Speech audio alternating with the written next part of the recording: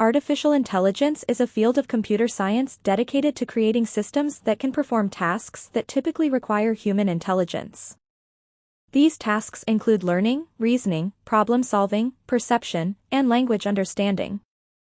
AI systems leverage algorithms and large datasets to analyze patterns, make decisions, and improve their performance over time.